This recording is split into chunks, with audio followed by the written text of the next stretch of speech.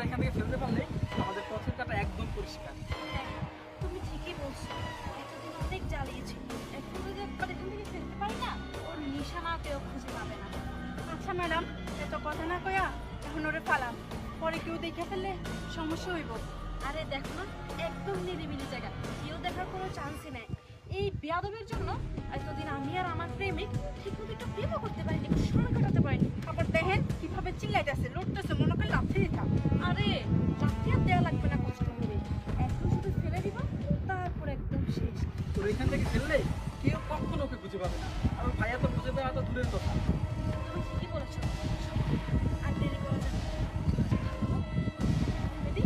আর আমরা আমাদের কাছে চলে যাবো, এমন ভান করবো যেন আমরা কিছুই জানি না। ঠিক বলছিস, বলেছিস।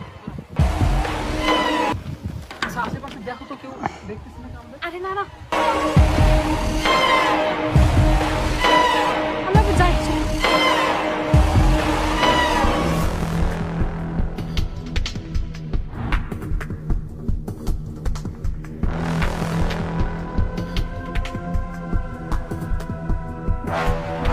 বাবা, এই এ বাবা, বাবা, এই এই কথা বলো, কথা বলো বাবা।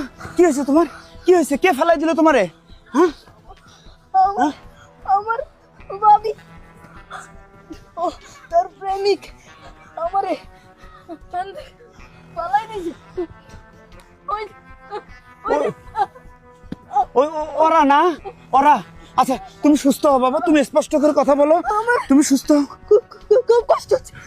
দাঁড়াও, তুমি এক্ষুনি ভালো হয়ে যাবা, তুমি এক্ষুনি ভালো হয়ে যাবা। তুমি সুস্থ হও, সুস্থ হও। তুমি আমারে বলো, সব কিছু বলো। তুমি সুস্থ হও। ভাবি, আমারে আমারে নিয়ে যান।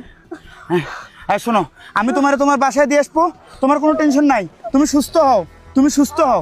শোনো বাবা, শোনো শোনো, তোমার বাসার ঠিকানা তুমি জানো? হ্যাঁ